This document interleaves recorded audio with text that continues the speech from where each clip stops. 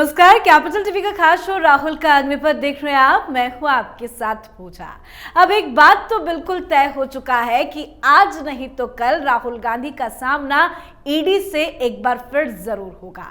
जमानत पर बाहर राहुल गांधी की मुसीबत जरूर बढ़ेगी और शायद वो दिन भी दूर नहीं जब राहुल गांधी सलाखों के पीछे नजर आए। जी हां, आज की सबसे बड़ी खबर यह है कि बहुत जल्द राहुल गांधी को ईडी समन कर सकती है, एक बार फिर से पूछताछ के लिए बुला सकती है। हालांकि कुछ दिन पहले राहुल गांधी ने खुद दावा किया था कि ईडी उनसे पूछताछ की तैयारी कर रही है, जिनके स्वागत के लिए राहुल गांधी तैयार है। अभिषेक मनु सिंघवी ने तो चेतावनी भी दे डाली थी कि अगर ईडी राहुल गांधी को गिरफ्तार करने के बारे में सोचती भी है तो देश बीजेपी के ताबूत में आखिरी कील ठोक देगा। तो पहले राहुल गांधी का दावा, फिर अभिषेक मनु सिंघवी की चेतावनी, फिर राहुल गांधी को ईडी समन मिलने की खबर। तो नेशनल हेराल्ड केस में आखिर चल क्या रहा है, बात कहां तक आगे बढ़ चुकी है जो राहुल गांधी की मुसीबत देने वाला है, आज इसी पे चर्चा करेंगे। मेरे साथ स्टूडियो में मौजूद हैं कैपिटल टीवी के एग्जीक्यूटिव एडिटर राजीव जी। सर, आपका बहुत बहुत स्वागत है। पहले राहुल गांधी ट्वीट करते हैं, लिखते हैं कि ईडी उनसे पूछताछ कर सकती है, फिर अभिषेक मनु सिंघवी चेतावनी देते हैं, फिर आज ये खबर आ रही है कि ईडी समन फिर से भेजने की तैयारी कर रही है। क्या चल रहा है इस पूरे मामले को लेकर? देखिए, नेशनल हेराल्ड का मामला अब कंक्लूजन पर पहुंचता जा रहा है और जो ये चेतावनी, ये प्रेशर डालने की पॉलिटिक्स और जिस तरीके से राहुल गांधी बार बार इस बात का जिक्र कर रहे हैं, ये उसी सिस्टम का नतीजा है। क्योंकि कांग्रेस सत्ता से बाहर है, इसका मतलब ये नहीं है कि ईडी हो, सीबीआई हो या कोई भी सिक्योरिटी एजेंसी हो या सिस्टम का कोई भी अंग हो, चाहे जुडिशरी क्यों ना हो, हर जगह पर कांग्रेस के सपोर्टर सिंपैथाइजर नहीं है। ये तो नहीं माना जा सकता, क्योंकि राहुल गांधी या फिर अरविंद केजरीवाल जैसे लोग ही, ये लोग जब बार बार इस बात का जिक्र करते हैं कि देखो मेरे गिरफ्तार करने का समय आ गया, तो इसका मतलब है कि उनको इंफॉर्मेशन मिल रही है। और ये पूरा का पूरा सिस्टम बदला नहीं जा सकता अचानक से। सिस्टम में राहुल गांधी के लोग भी हैं, अभिषेक मनु सिंघवी के लोग तो पूरी जुडिशियरी से लेकर जो जांच एजेंसियां हैं वहां तक का बिछा है और इसलिए इन लोगों को सूचना मिलती रहती है। चुनाव के बाद ही इस बात पर चर्चा हो गई थी कि अब नेशनल हेराल्ड के केस में ईडी फिर से एक्टिव होगी और इसके बाद कई बार ऐसी जानकारी मिलती रही। राहुल गांधी को अंदर खाने से खबर मिली कि देखो तुम्हारी कुंडली तैयार हो चुकी है और इसलिए ये कुंडली तैयार होने की बात जब चली तो राहुल गांधी को लगा कि इतने सालों से जो प्रेशराइज कर रहे हैं सरकार को, बार बार ये कोशिश करते हैं कि अगर ये मामला पहले से हंगामेदार हो जाए तो सरकार दबाव महसूस करने लगेगी और कुछ दिन का और राहत मिल जाएगा। क्योंकि ये नया केस तो है नहीं, 2012 से ये मामला चल रहा है। 2012 से अब तक 12 साल गुजर चुके हैं, अभी तक इसमें चार्जशीट दायर नहीं किया गया। कोर्ट में तारीख पर तारीख मिलती है, राहुल गांधी, सोनिया गांधी सब बेल पर बाहर हैं, लेकिन फिर भी इन्वेस्टिगेटिव एजेंसी धीरे धीरे वही मंथर गति से चल रही है। तो इन लोगों को लगा कि जैसे अब तक चलता रहा है आगे भी चलेगा, क्योंकि पिछली बार जब इन लोगों से पूछताछ हुई थी, राहुल गांधी से 40 घंटे तक पूछताछ हुई और उसके बाद सोनिया गांधी से भी 11 घंटे पूछताछ हुई। लेकिन राहुल गांधी ने उस पूछताछ के दौरान क्या बताया? डायरेक्टली तो उन्होंने सारे फिनेंशियल ट्रांजैक्शन, जो ईडी की बात हो रही है, देखिए इसमें सीबीआई और ईडी दोनों अलग अलग मामले की जांच कर रही है। जो सीबीआई की जांच होती है उसमें यह निर्धारित किया गया है कि क्या नेशनल हेराल्ड की पूरी प्रॉपर्टी पर कब्जा करने के लिए यंग इंडियन प्राइवेट लिमिटेड जो कंपनी बनाई गई, वो कंपनी बनाई ही इसलिए गई थी जिसमें एक बड़ी कॉन्स्पिरेसी हो, यानी कि इस कंपनी का निर्माण ही किया गया था ताकि नेशनल हेराल्ड के पूरे 5000 करोड़ की संपत्ति पर कब्जा किया जाए। तो इस क्रिमिनल कॉन्स्पिरेसी के केस की जांच सीबीआई कर रही है। लेकिन जब सीबीआई को भी इस मामले की जानकारी हुई कि इसमें फिनेंशियल ट्रांजैक्शन भी है, तो ईडी की एंट्री हुई और इसी फिनेंशियल ट्रांजैक्शन की बात राहुल गांधी से की गई थी पिछली बार की पूछताछ के समय, और राहुल गांधी ने एक शब्द में जवाब दिया कि इसके बारे में मुझे कोई जानकारी नहीं है। ये सारा फिनेंशियल ट्रांजैक्शन जो है वो मोतीलाल बोरा देखते थे, क्योंकि राहुल गांधी को पता है मोतीलाल बोरा से अब मरने के बाद पूछताछ तो हो नहीं सकती और वो कांग्रेस के कोषाध्यक्ष रहा करते थे। लेकिन फिर भी ईडी के पास इस बात की जानकारी है कि अगर सारे फाइनेंशियल ट्रांजैक्शन मोतीलाल वोरा देख रहे थे, यंग इंडियन प्राइवेट लिमिटेड का भी, कांग्रेस का भी और नेशनल हेराल्ड का भी, तो एक व्यक्ति जो लोन देने वाला है, एक व्यक्ति वही लोन लेने वाला है, और उसी व्यक्ति के लोन देने लेने के बीच से एक 5,000 करोड़ की संपत्ति पूरी की पूरी एक दूसरी कंपनी में ट्रांसफर हो जाती है।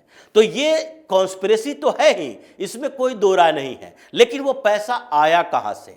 क्या 90 करोड़ रुपया कांग्रेस ने जो लोन दिए उसको नेशनल हेराल्ड ने खर्च कर दिए, और राहुल गांधी ने जब पूरे उसके सारे शेयर का ट्रांसफर करवाना था तो ये जो सॉफ्ट लोन कांग्रेस का था उसे माफ करवाया गया, लेकिन फिर भी 90 लाख रुपए तो दिया गया।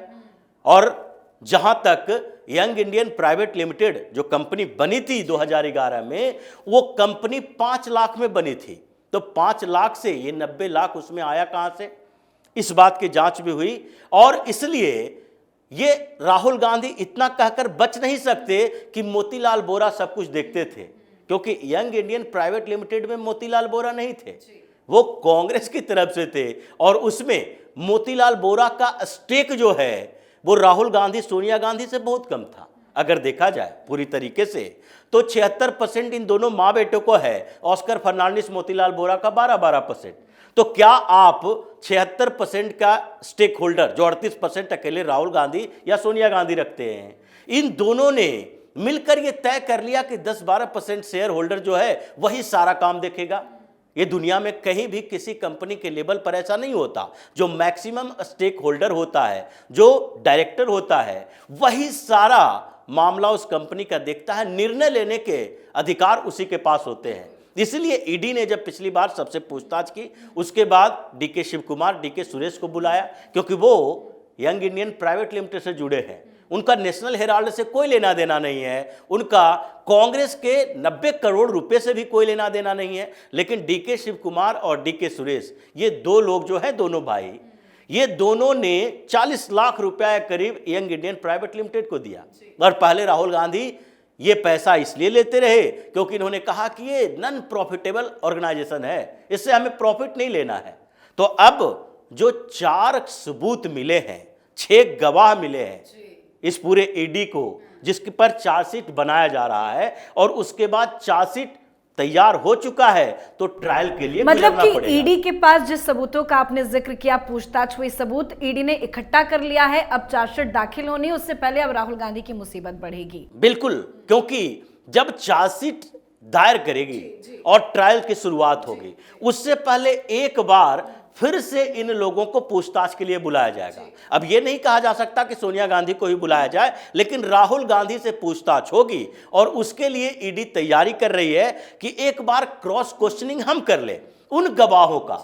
यानी कि डीके शिव कुमार के फ्लैट पर यहां छापेमारी हुई, 8 करोड़ रुपया बरामद हुआ इसी मामले के अंदर, और उसके बाद उनसे जब बार बार पूछा गया कि भाई आप बताओ कि आपने किस आधार पर राहुल गांधी की कंपनी को पैसा दिया, कोई तो आधार होना चाहिए। आप एनजीओ को, ट्रस्ट को डोनेट करते हो, पार्टी को, राजनीतिक पार्टी है उसको डोनेट करते हो पॉलिटिकल एक्टिविटी के लिए, लेकिन एक प्राइवेट कंपनी को अगर कोई बिना इंटरेस्ट का पैसा देता है, कहता है लो भाई 20 लाख रुपया तुम्हें दे दिए, तो फिर आपको कोई ना कोई तो आधार बताना पड़ेगा कि आपको टिकट का आश्वासन दिया गया था, सीएम बनाना था, या आपको कांग्रेस में कोई पद दिया जाना था, क्योंकि ये पूरा का पूरा मामला तो कांग्रेस के इंटरेस्ट से राहुल गांधी और सोनिया गांधी के इंटरेस्ट तक पहुंचता है। ये सारा पूरा का पूरा केस इसी बात पर है कि कांग्रेस का पैसा दिया हुआ था, राहुल गांधी ने उस कंपनी पर कब्जा कर लिया। ये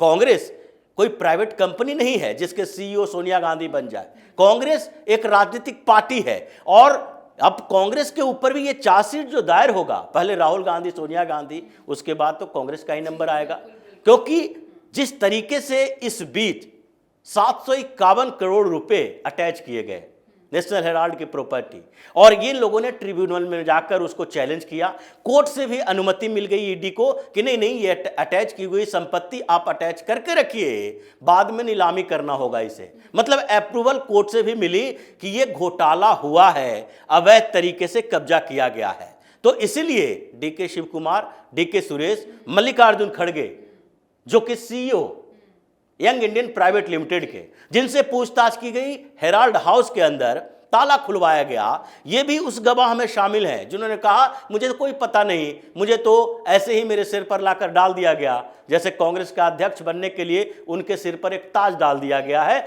जो कि बिना दंत बिना विष वाले सांप की तरह है कि जो कुछ कर नहीं सकते, केवल एक मैसेंजर की भूमिका निभा सकते हैं। तो ये सारे गवाह हैं। उसके बाद कुछ सबूत है फिनेंशियल ट्रांजैक्शन के, जिसमें राहुल गांधी का फंसना तय है। इसलिए अब समन गया है, पूछताछ होगी और फिर चार्जशीट दायर करना है और फिर ट्रायल के लिए गुजरना है। इन लोगों को, सारे गवाहों को यहां कोर्ट के अंदर पेश किया जाएगा। इस पर अब फैसला जल्द आने वाला है। और सबूत है तो राहुल गांधी वैसे भी कैसे बच पाएंगे। बहुत बहुत धन्यवाद सर समझाने के लिए।